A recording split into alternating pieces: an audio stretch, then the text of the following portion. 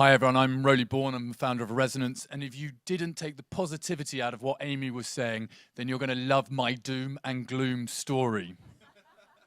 The consumer has spoken. I'm going to give you a little bit of a history lesson on what we've seen in the environment, and then I'm going to talk to you about what we should take from this in an advertising world.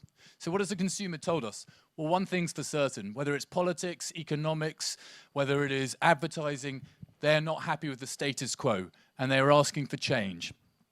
And this is no more evident than in consumerism. And we've lived off consumerism for years and years and years, but now it is being defined as a challenge to our environment. And the limitations from consumerism and growth is only causing us more damage.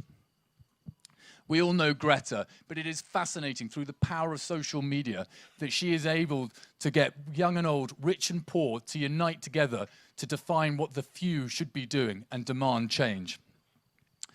I think we can tie this back to the Industrial Revolution, and that's the starting point. So the steam engine, because that was when we wanted things faster and the thirst for energy and power.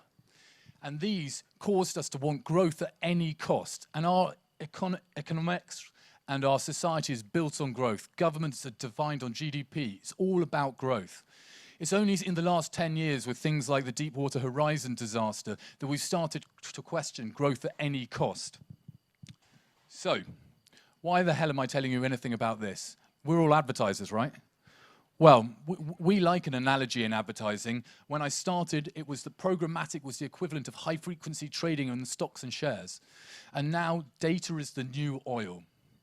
And in fact, if you read a recent economist article, data is now more valuable than oil.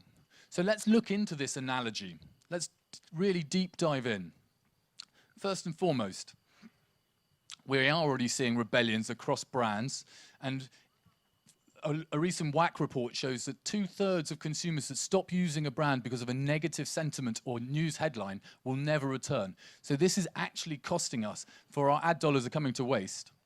If we think about data as fuel, we can track that back to the evolution of the internet 25 years ago. And again, we chased growth at any cost, and consumers loved it. We all appreciated Facebook, Google, and these services that make our world a better place. And it's only in the last 2 years, with Cambridge Analytica, with the Senate hearings, with the Great Hack, and the multiple hearings we've had in Europe that have brought along things like GDPR, the CCPA, that has questioned whether we are doing the right thing.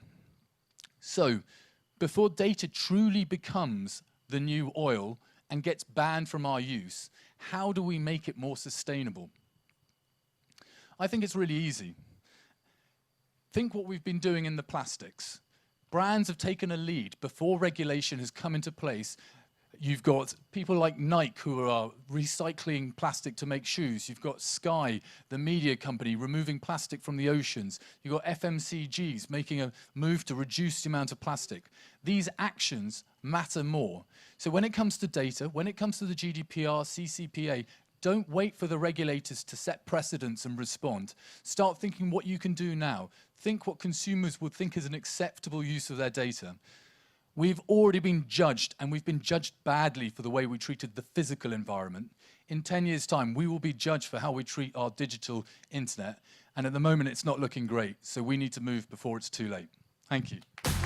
Walk in the club like